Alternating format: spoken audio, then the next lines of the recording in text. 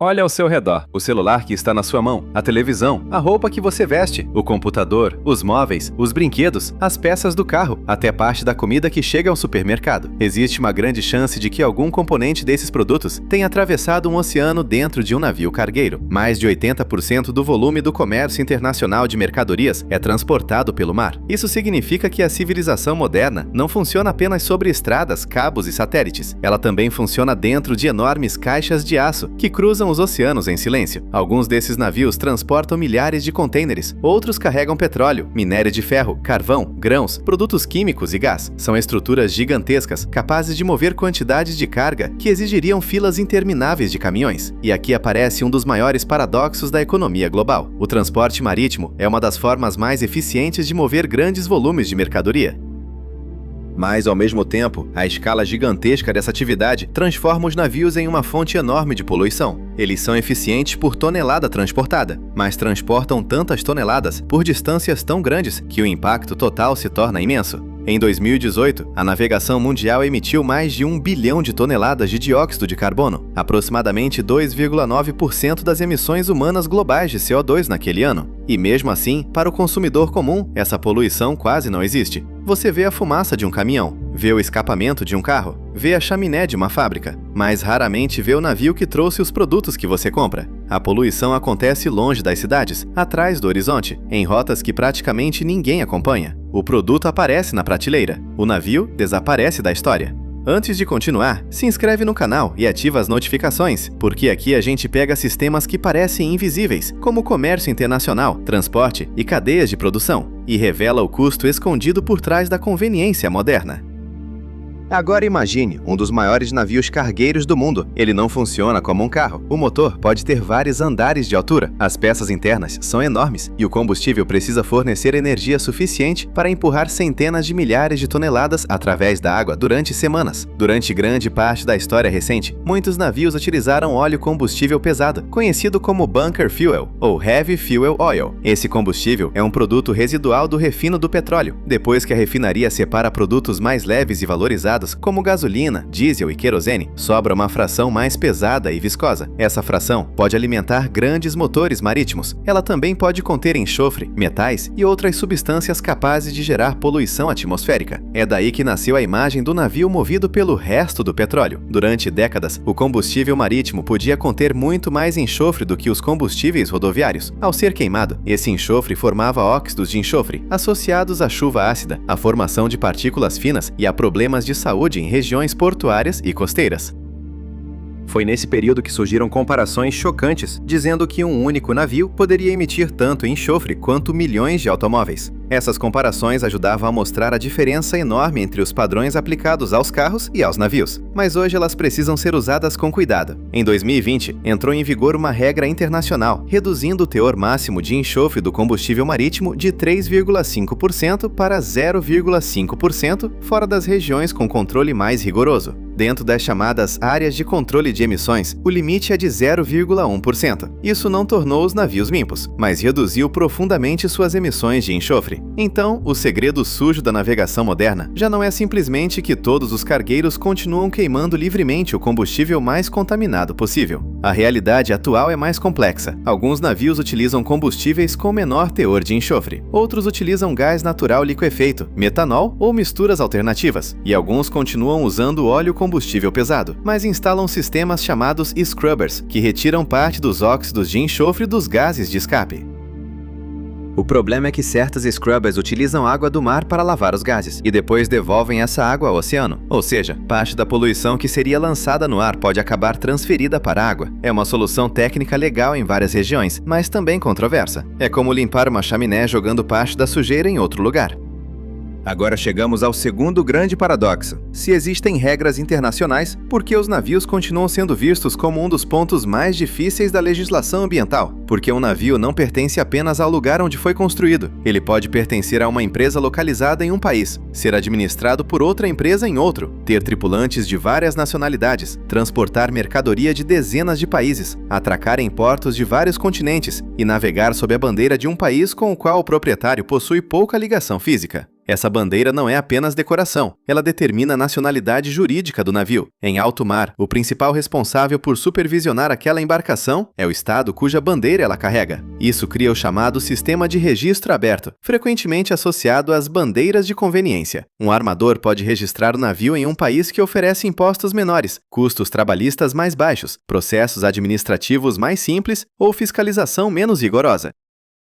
Isso não significa que o navio fica automaticamente livre das convenções internacionais. Se o país da bandeira participa das convenções da Organização Marítima Internacional, ele deve fazer cumprir essas normas. O problema está na capacidade e na disposição de fiscalizar. Alguns países possuem grandes estruturas técnicas, inspetores e sistemas de controle. Outros administram frotas enormes, com recursos limitados. A lei existe, mas a força da fiscalização pode variar. É como colocar milhares de veículos circulando pelo mundo e permitir que cada grupo seja supervisionado por um departamento de trânsito diferente, com orçamento, estrutura e rigor completamente distintos. Quando um navio entra em um porto estrangeiro, o país do porto também pode inspecioná-lo. Esse sistema é chamado de controle pelo estado do porto. Ele funciona como uma segunda linha de defesa contra embarcações inseguras, mal conservadas ou fora das normas. Mas nenhum porto consegue desmontar e examinar profundamente todos os navios que chegam. Existem documentos, certificados, inspeções por amostragem, análise de risco e cooperação entre autoridades. O sistema funciona, mas possui brechas práticas. E é justamente nessa fragmentação que os problemas sobrevivem. Não existe um único governo mundial seguindo cada navio do início ao fim da viagem. Existe uma rede de países, bandeiras, portos, empresas, seguradoras, classificadoras, contratos e convenções. Quando todos cumprem seu papel, o sistema pode funcionar. Quando uma parte falha, a responsabilidade começa a se dissolver no oceano.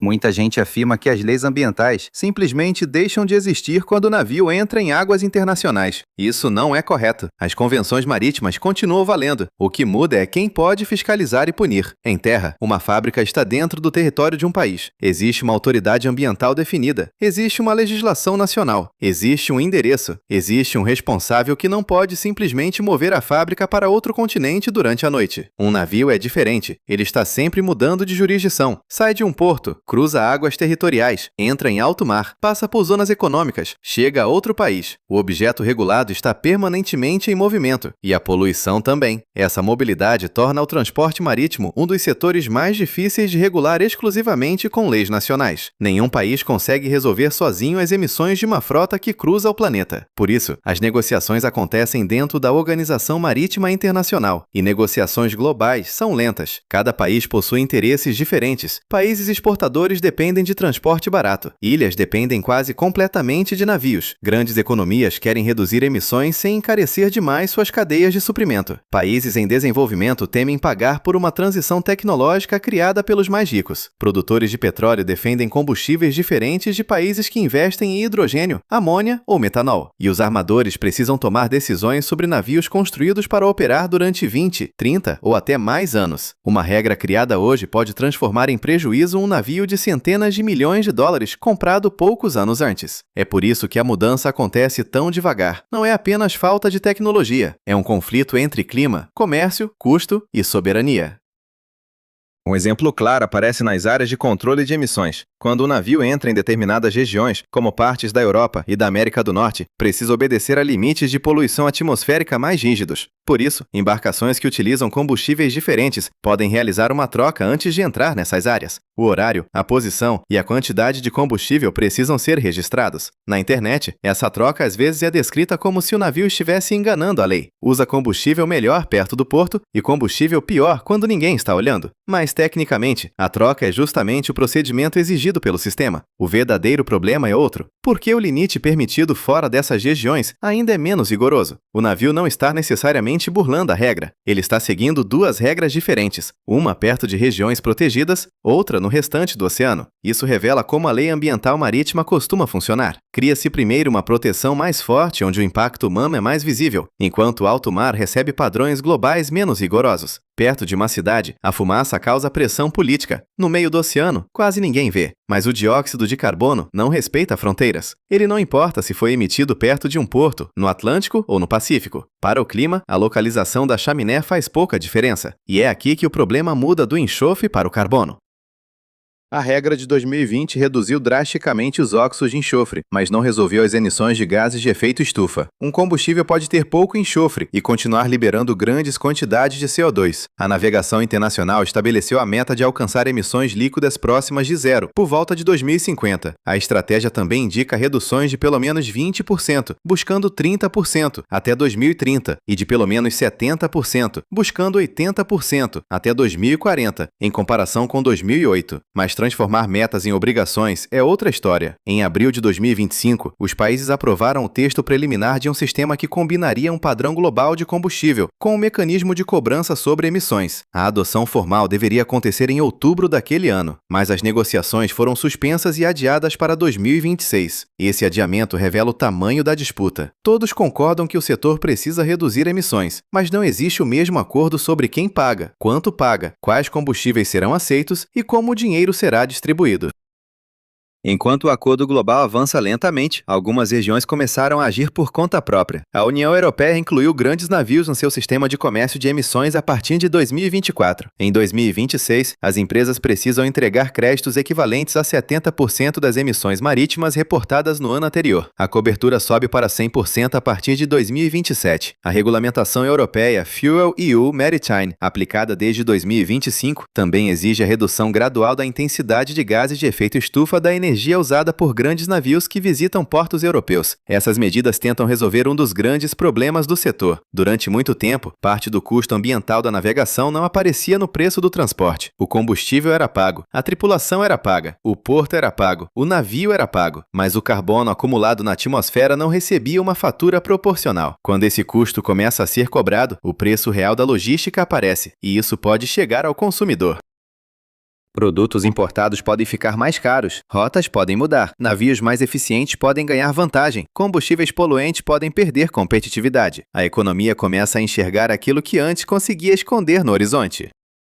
Mas substituir o combustível de um navio não é simples. Um carro pode parar em um posto espalhado pela cidade. Um navio precisa encontrar combustível compatível em portos distribuídos pelo mundo. Uma embarcação que utiliza amônia precisa de tanques, motores, treinamento, normas de segurança e uma rede capaz de produzir e entregar amônia com baixa emissão de carbono. O mesmo vale para hidrogênio e metanol. O combustível precisa existir, precisa ser produzido com pouca emissão, precisa chegar ao porto, precisa ser armazenado, precisa ser seguro, precisa ter preço competitivo e precisa estar disponível em várias rotas. Não adianta abastecer em um continente e descobrir que o combustível não existe no porto seguinte. Amônia, hidrogênio, metanol, biocombustíveis, eletricidade, células de combustível e propulsão eólica estão entre as opções avaliadas para o futuro da navegação. Mas nenhuma delas resolve tudo sozinha. Baterias podem funcionar em balsas e trajetos curtos, mas ainda são pesadas para travessias oceânicas com grandes cargueiros. O hidrogênio ocupa muito espaço e exige infraestrutura complexa. A amônia não libera carbono no motor, mas precisa ser produzida com energia limpa para cumprir a promessa climática. O metanol é mais fácil de armazenar, mas seu impacto depende de como foi produzido. Biocombustíveis enfrentam limites de disponibilidade e competição por matérias-primas. Até as velas estão voltando. Não as velas antigas dos navios de madeira, mas asas rígidas, pipas gigantes, rotores e sistemas computadorizados que aproveitam o vento para reduzir o consumo do motor. A tecnologia mais antiga da navegação está sendo reinventada, com sensores e automação. E existe ainda a opção mais controversa, energia nuclear. Navios militares e quebra-gelos já demonstraram que reatores podem mover grandes embarcações durante longos períodos sem emitir CO2 pela chaminé. Mas colocar reatores em navios mercantes exigiria regras internacionais, segurança física, tripulação especializada, gestão de resíduos, seguros e autorização para entrar em portos de dezenas de países. Em 2026, a Organização Marítima Internacional começou a estruturar a atualização das normas de segurança para navios nucleares. Isso não significa que cargueiros nucleares já estejam prestes a dominar os oceanos. Significa apenas que a possibilidade voltou a ser levada a sério. A barreira talvez nem seja construir o navio, pode ser convencer o mundo inteiro a deixá-lo entrar no porto. No final, existe uma verdade desconfortável. Os navios cargueiros não são apenas vilões escondidos no oceano. Eles também são a estrutura que permite transportar enormes quantidades de mercadoria com eficiência relativamente alta. Se tudo que hoje viaja de navio fosse transportado por avião ou caminhão, o impacto poderia ser ainda pior. O problema não é simplesmente que usamos navios, é que construímos uma economia baseada em distâncias gigantescas, produção fragmentada e consumo constante. Uma camisa pode atravessar vários países antes de chegar à loja. Um celular pode reunir minerais africanos, componentes asiáticos, tecnologia americana e montagem em outro continente. Uma fruta pode viajar milhares de quilômetros para ser vendida fora da estação. O navio é apenas o corpo físico dessa escolha econômica. Ele carrega o produto e carrega o custo escondido. Talvez o elo mais fraco das leis ambientais não seja o navio em si, talvez seja o espaço entre as jurisdições. O momento em que todos participam do comércio, mas ninguém assume sozinho a responsabilidade pela poluição. O país que compra culpa o país que produz. O país que produz culpa a empresa de transporte. A empresa culpa a falta de combustível limpo. O armador aponta para as regras internacionais. Os governos esperam um acordo global. E enquanto todos discutem quem deve agir primeiro, os navios continuam cruzando o oceano. O comércio global transformou a distância em algo quase invisível. Você aperta um botão, o produto chega. Mas entre o botão e a entrega, existe uma máquina gigantesca queimando combustível no meio do mar. No fim, talvez a pergunta mais curiosa não seja por que as leis não conseguem parar os grandes navios. A pergunta é: estamos dispostos a pagar o verdadeiro preço ambiental das coisas baratas que eles transportam? Se esse vídeo te fez pensar, se inscreve no canal, ativa as notificações e comenta aqui embaixo. Você pagaria mais caro por um produto transportado em um navio menos poluente?